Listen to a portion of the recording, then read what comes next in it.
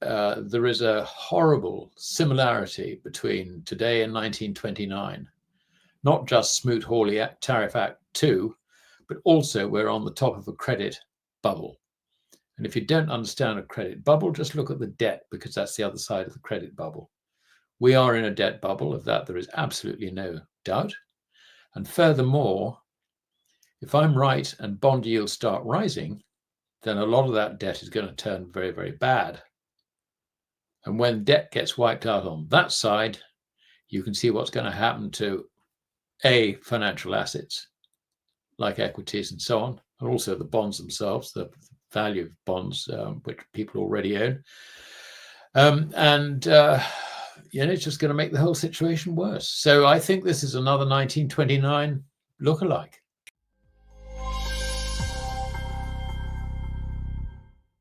Hey everyone, and welcome to another episode of the WTFinance podcast. On this episode, I have the pleasure of welcoming back Alasdair Macleod. So Alasdair is an educator for sound money, economics, geopolitics, and everything to do with gold and silver. So Alasdair, thanks so much for coming back on the podcast. That's my pleasure. Looking forward to the conversation because, we're saying we haven't spoken for 6 months, but it seems like, we've lived years with everything happening in the market, in the economy, with Trump, with all the policies he's trying to implement with his majority. But I'd really be interested in just, maybe we can take a step back and what are you currently seeing in the economy and in markets at the moment? Well, they're two separate topics. The economies, global economies, I believe are descending into recession. I know that it's a sort of, if you like, slightly controversial statement if you focus on just the official statistics, but the official statistics actually don't tell the whole story of what's going on in the economy. Outside big business, outside city centers, the small and medium sized businesses, I think, are suffering very badly. It's not just in this country, the UK, but I think also in other jurisdictions, America. I would say also that all the uncertainty over tariffs and indeed the increase in tariffs, which are already coming through, are going to be very disruptive for economies. And this has very important implications because with G7 nations being heavily indebted in almost all instances, they need to have the tax income to retain credibility given their debt levels. If they don't have that, then they're in a debt trap. And basically, if you have an economy which is going into recession, then the budget deficit increases, the tax base decreases in effect, and you've got a debt trap. And this is particularly true in Japan, America, UK, France, Spain, now Germany. Germany's talking about ramping up, spending under Merz. Italy, I think, has got some sort of control. But mind you, if the economy starts going backwards along with the rest of Europe, then, all the good work that the Italians have done in improving their economy, I think, could be undone. Canada as well. The whole world, I think, is very badly affected by these tariffs. So that's the economic side. The credit side is that because of the debt traps, because of the enormous amount of debt that is going to be issued by governments, then interest rates are going to have to rise. And certainly along the yield curve, we already see that it's quite hard in most jurisdictions to persuade investors to buy long-dated stock. Unless they've actually got reasons to do so, like pension funds and certain insurance-type funds. But otherwise, trying to for governments trying to fund themselves with sort of longer-term debt, it's very, very difficult. And you see this in America.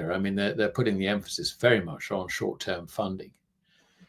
And the other thing that I'm seeing is that there is a horrible similarity between today and 1929. Not just Smoot-Hawley Tariff Act 2, but also we're on the top of a credit bubble. And if you don't understand a credit bubble, just look at the debt, because that's the other side of the credit bubble. We are in a debt bubble, of that there is absolutely no doubt. And furthermore, if I'm right and bond yields start rising, then a lot of that debt is going to turn very, very bad. And when debt gets wiped out on that side, you can see what's going to happen to financial assets like equities and so on, and also the bonds themselves, the value of bonds, which people already own. It's just going to make the whole situation worse. So I think this is another 1929 lookalike. What more do you want to know? Yeah.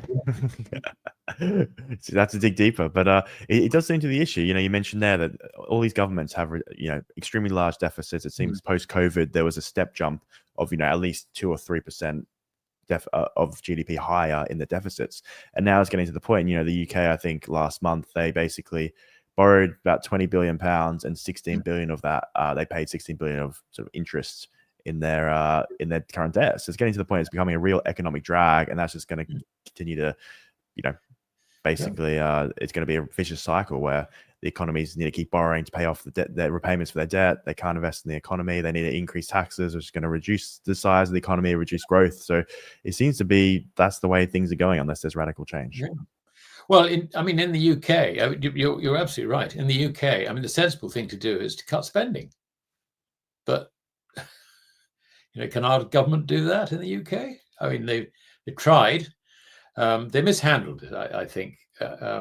But it was an extremely difficult situation because Labour MPs are elected basically to preserve welfare payments to their constituents, and to try and swing welfare benefit cuts on far left Labour MPs.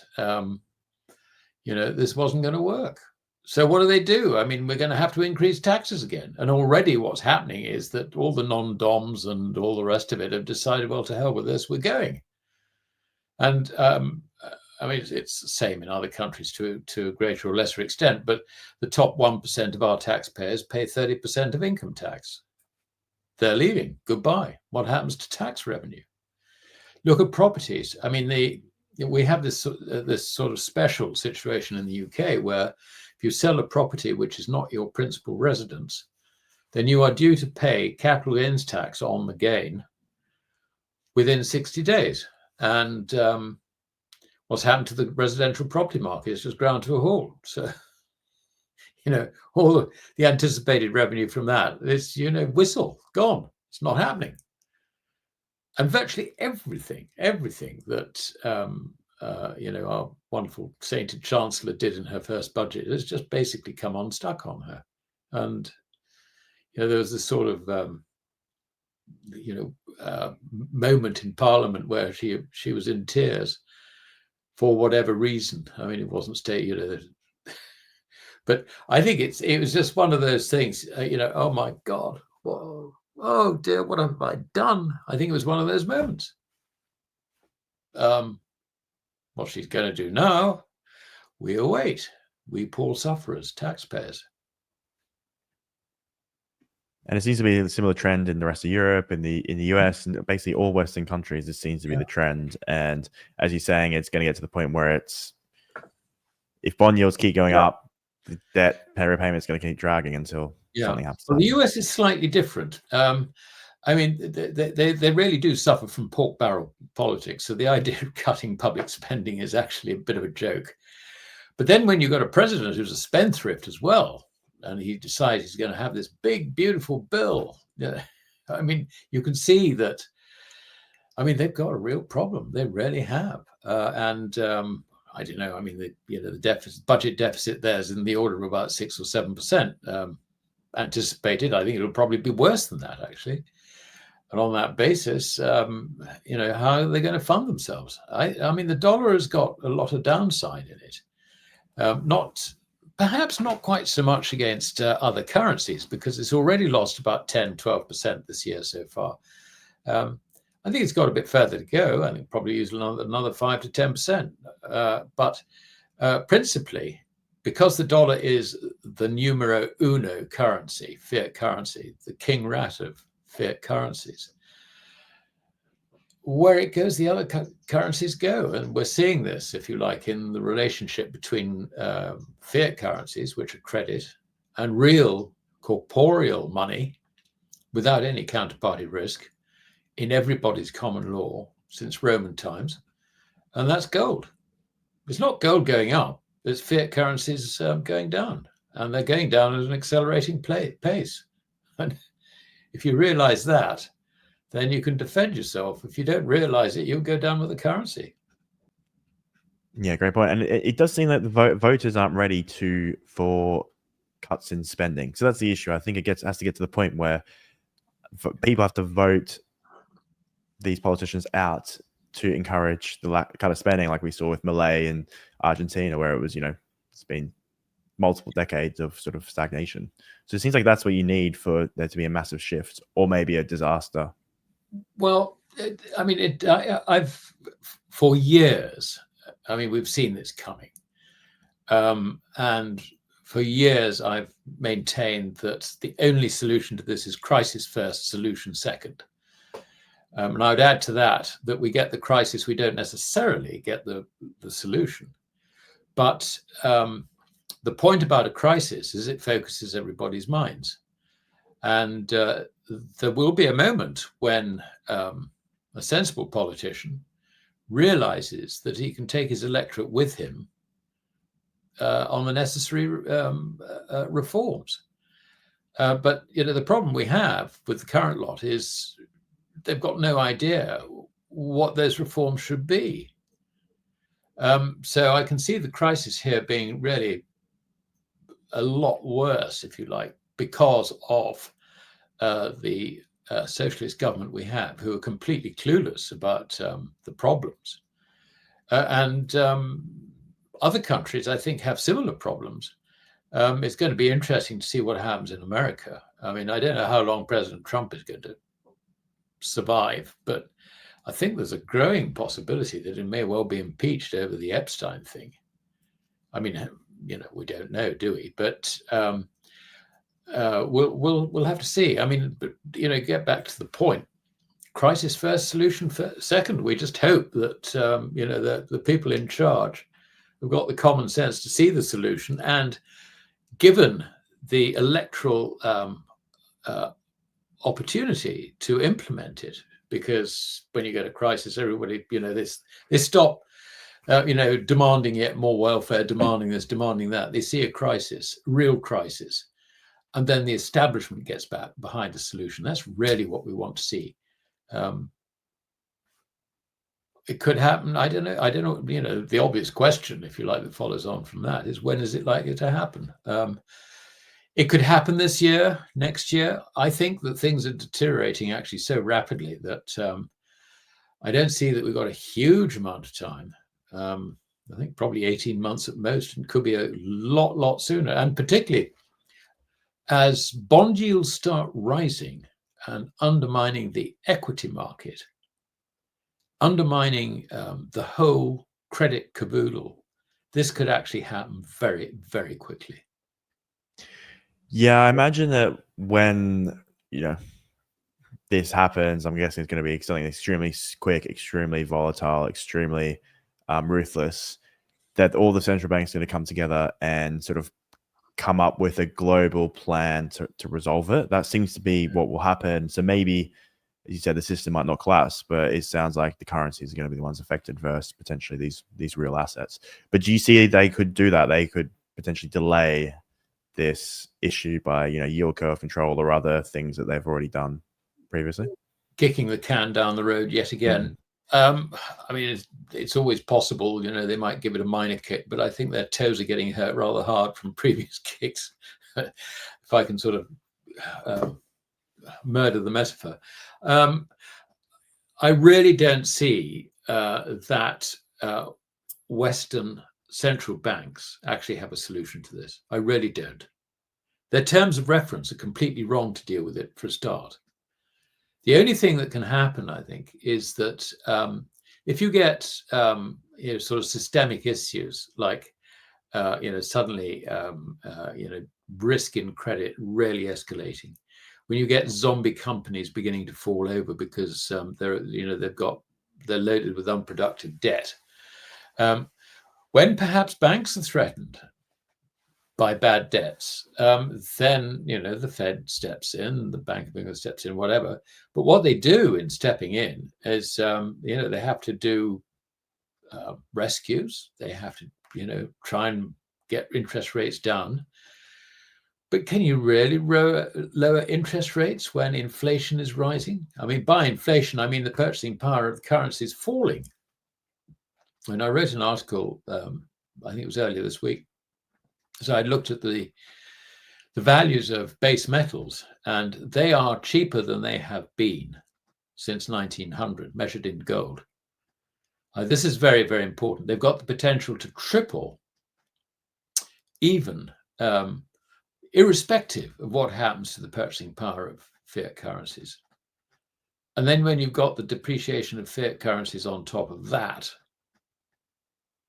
I mean, there's no knowing how high these base metal and also precious metal prices will go. And as we speak, there's a sort of there seems to be a crisis developing in platinum group metals. I mean, just look at what's going up. Palladium, platinum, silver, copper, 50% this year roughly, and of course gold. I mean, this is telling us that we've got a real problem, and I really don't think that if you like, the G7 central banks actually can deal with this situation. And if you want evidence of that, I mean, just look at what the other central banks have been doing. They've been, dumping dollars, dumping euros in return for gold. These guys know what this situation really means. And I just don't think, Anthony, there is a solution. I mean, effectively, we're coming to the end of the fiat currency era, which started in 1971. And what do you see next? Well, I think in the autumn we're going to see bond yields rising. I think that'll undermine equity markets, and that's going to trigger huge, great flows of funds. I mean, principally out of the dollar, and that will drive up, the sort of, the measured in these fiat currencies will drive up gold and silver. Silver is already running like it's fantastic. It's really running, but that's because it's so undervalued, along with copper, along with other base metals, never mind the precious ones. So I think that's the thing to watch out for. If you see the 10-year US Treasury yield moving, say, above 4.75%, at the moment is 4.4% or thereabouts, I think that that is going to be a pretty clear signal that the summer lull is over, and we're going to face reality, which you put together everything I've said about debt traps and about the consequences of Trump's tariffs and all the uncertainties and all the rest of it that's brought into the global economy. There you have it. I think the marker will be rising bond yields out along the yield curve. That is the thing that will trip it all up. And I guess the challenge that this will have is that the people who have assets, I guess some assets won't go up, like bonds and potentially real estate, but then there's going to be some assets that do go up. You mentioned precious metals, potentially some equities, potentially some maybe crypto, but who knows if that continues. So it seems like you don't think so. But anyway, I'll tell you what you've got to do, Anthony, is you've got to realize that the whole world works on credit. It doesn't work. I mean, real money is gold and silver, but it's never used in transactions. They are there to give credit a value, assuming it is exchangeable for credit. And at the moment, the exchangeable for credit is basically you get out of credit and you get into proper money. This affects absolutely everything. The idea that you can get into something like cryptos, for example, I mean, look, that's a speculation. You look at cryptos, I mean, particularly Bitcoin. Bitcoin behaves like a Mag 7 stock. Why? It's the same cohort that invests in that sort of techie stuff, if you like, that are basically long of Bitcoin. It's a ramp. It's full of very, very unsavory people. And there are a lot of people who've been sucked in on it. But as a sort of Mag 7 additional stock, it's, if you like, a business without any assets, without any trade, just a concept, and that's it. It is exactly like the tulipomania, but without an edible bulb underneath it. It is not money, and it's not a money substitute. No way. It does not have the legal status of that. And I keep on asking people, all these wonderful hodlers, when you get the real crisis in which you assume that Bitcoin is going to emerge as the means of exchange, because banks will all be bust and all the rest of it, how are you going to charge your mobile phones to exchange these damn things? Look, you can forget that lot. I think the other thing is you've got to make this division between, and it's a legal division between corporeal money, which is only physical gold or whatever, which is final settlement and extinguishes credit, and incorporeal money, which is credit. In other words, something that doesn't actually exist, except as an obligation and the other side of an obligation. That's where the risk in all this is. So anything that depends on credit for its valuation goes down with credit. And I give you a very good example. Some of your viewers will have heard me say this before, but in the Great Inflation in Germany in 1922-23, you could buy a house in Berlin, 6-bedroom house, swanky part of Berlin, for $100. $100 was just slightly less than 5 ounces. Was that property values going up? Well, I'm sure they will have gone up in paper marks. Don't know how many trillions of paper marks.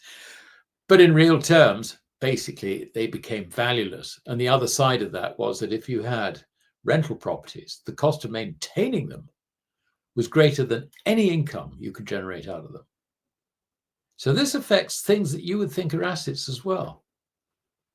Even estates. I mean, the inflation king, Hugo Stinnes, back in 23, was buying estates for nothing from landed gentry who had fallen on hard times because of the inflation. They were impoverished by the great inflation.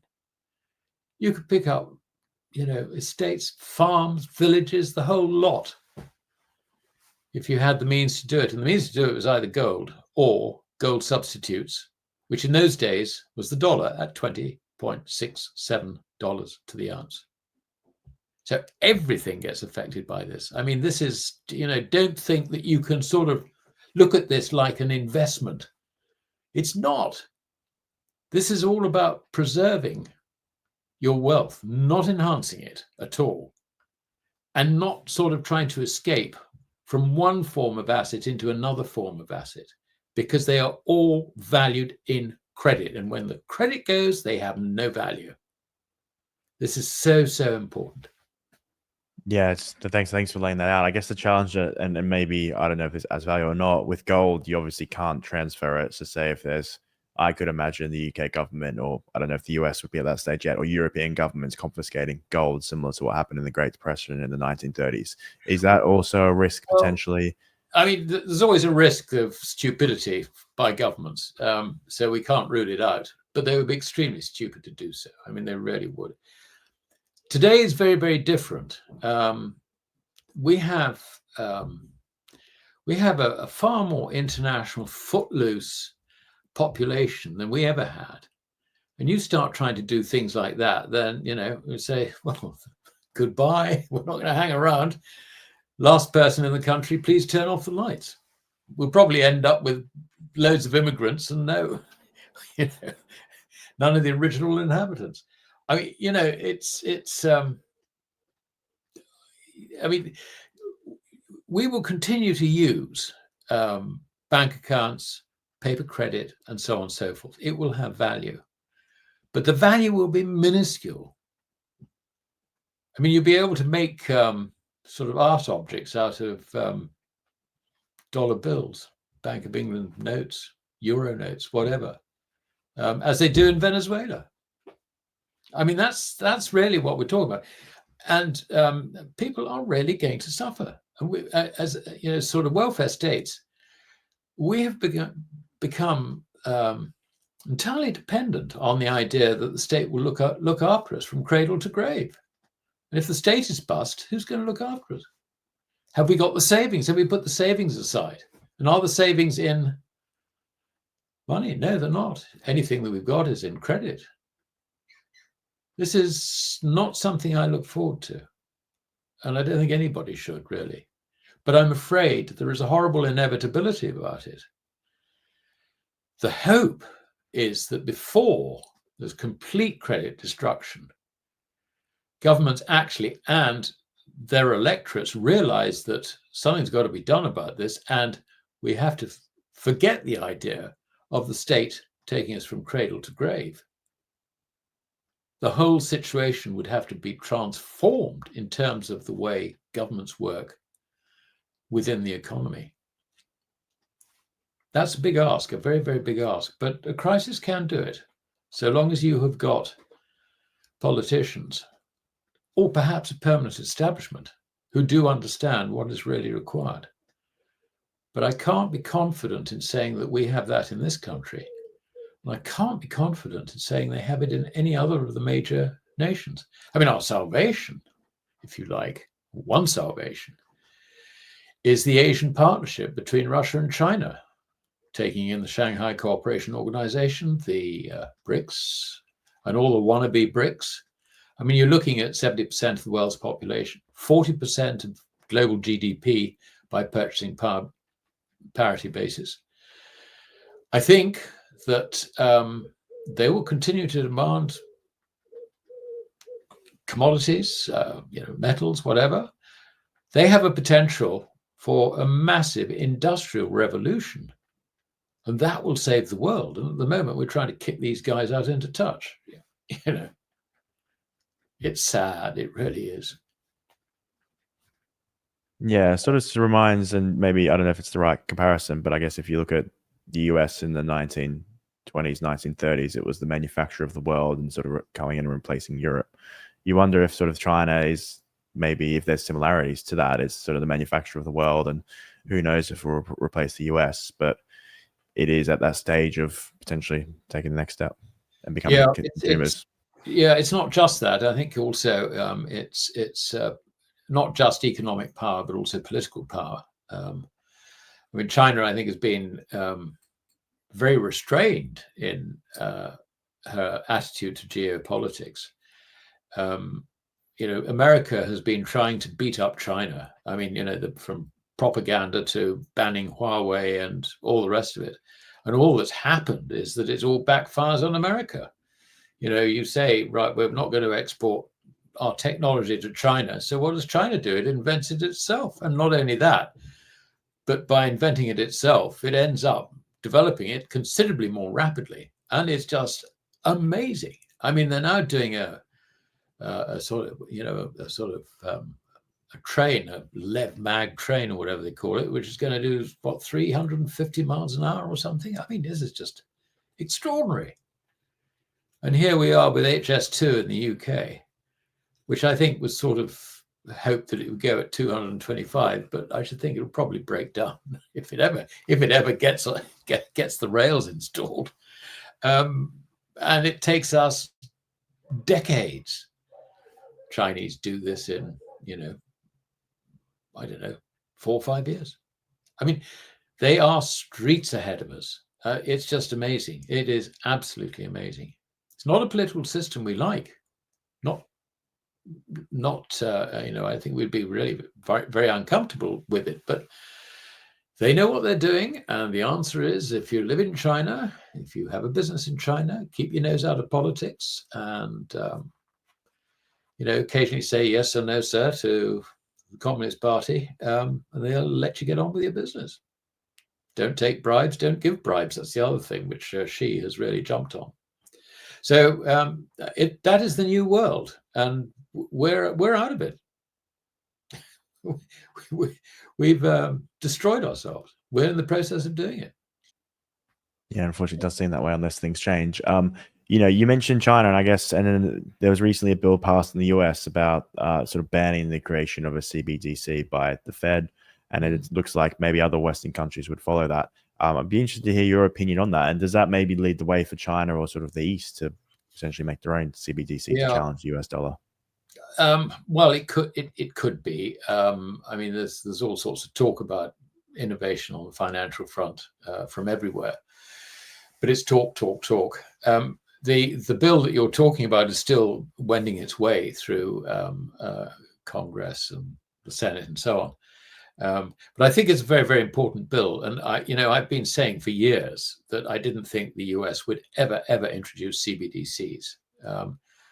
My reasoning being that this is really encroaching on commercial banking activities, and commercial banks wouldn't stand for it, and they bankroll virtually all the politicians. So what are the politicians? I mean, if the politicians don't want to take the money from the banks, then they'll be free to vote as they wish. But I think it would be an absolute idiot as a congressman or a senator who would take that view. So this will go through, and if the dollar doesn't permit CBDCs, dollar CBDCs, then I think the whole of the CBDC movement is probably going dead. I mean, it makes no sense for any other currency to do it if this is denied, for the dollar. The hope was the committee of the Basel Committee was hoping, when they sort of started centralizing all the information coming in from here, there, everywhere. They constructed this thing where central banks could actually manage the economies a lot more effectively by targeting credit in the form of CBDCs directly at this, that, or the other, whether it was businesses or whether it was consumers and so on. And it would require everybody to have an account, effectively a bank account with the central bank. And the economy would be managed. Now, anybody with sort of, if you like, free market vibes would know that wouldn't work anyway. But it is a massive undertaking. It would take an awful long time. I mean, it takes legislation. And the first bit of legislation we've had out of America, I mean, we got to the white paper bit where the Bank of England looked at it and said, yes, we'll do it. But if they did it, they wouldn't open accounts with businesses and so on. They would just maintain banks with commercial banks, and they would do it through commercial banks. So the commercial banks, if you like, would retain the control, if you like, over digital currency, which is all it is. America, by turning around and saying no verboten, I think basically has put a spanner in that Basel Committee's work. It's not Basel, it's the Bank of International Settlements Committee's work on CBDCs. I think we can forget it now. Okay, or could this be, maybe they're going the Genius Act, and that's a way for them almost to print dollars without paying any interest on them through this digital stablecoin? I'm not sure if you have a different opinion about it. Well, I mean, it's not quite like that. I mean, the Genius Act basically permits banks and other licensed financial institutions to issue stablecoins. One of the conditions is that the stablecoins must pay no interest. And of course, in theory, this should be very nice for the banks because they operate almost like a bank of deposit, because what they do is they issue the stable coins. And on the other side of the balance sheet, they buy US treasuries, US T-bills, in fact, with no more than 3 months maturity. So it's a risk-free deal for which at the moment they get 4.35% spread. I mean, wonderful. The snag with it is persuading people to take a stable coin as opposed to a bank deposit, which actually pays interest. big ask. You know, sacrifice your you know, any interest income.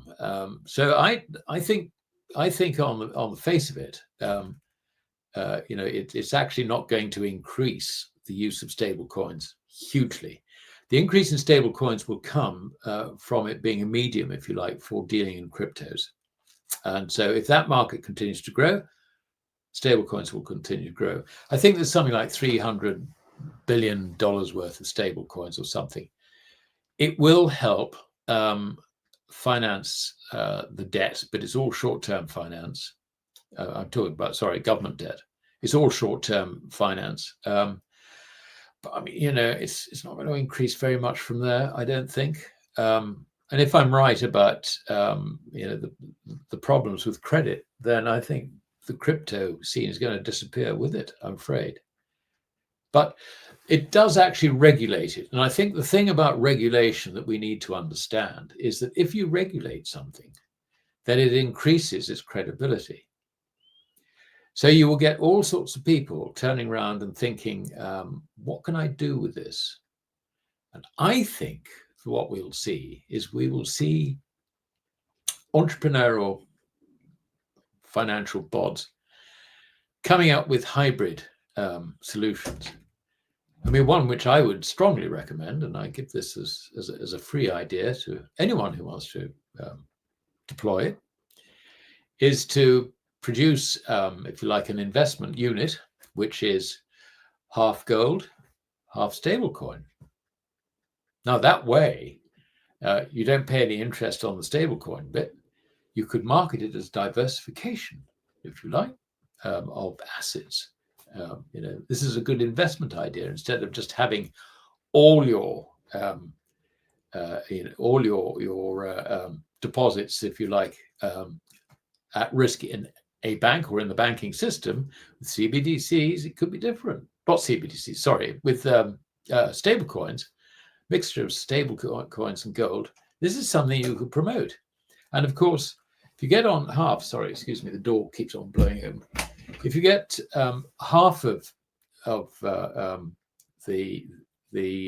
unit, if you like, or the investment proposition being in stable coins, then that's going to generate enough income to pay for gold storage, which for a bank is what, 6 or 7 basis points or something, and you know, pay quite a lot of the marketing costs as well. So there's a good idea for someone. I think that would be not quite what the US Treasury would expect, but you know, you open, you know, you regulate something and open up a few ideas to people. You've got to expect a few different outcomes. Yeah, definitely. So, Alasdair, thanks so much for your time. We sort of covered quite a lot of the economy and different assets. But my last question is, what is one message you want people to take away from our conversation? Get out of credit. I think I just see so much risk in credit. And I don't know, Anthony, but I mean, you're based in London. You know, I was up in London yesterday, and it's very easy to sort of just get the impression the whole world is falling apart. Everybody you talk to says, "Oh, this terrible." You know, yes, it is. It is. There's a growing realization that it's all rather nasty. But behind it all is credit, and we're in a credit bubble. That's what you've got to get out of, and the only way to get out of it is to get into real corporeal money, and that is money which is physical and has no counterparty risk. Obviously, you know, if you've got sort of large portfolios and all the rest of it, you're going to have portfolio managers who aren't going to make any money advising you to buy gold, but they will advise you, maybe, if they wake up to it, to buy mines, you know, and sort of get into the resource sectors.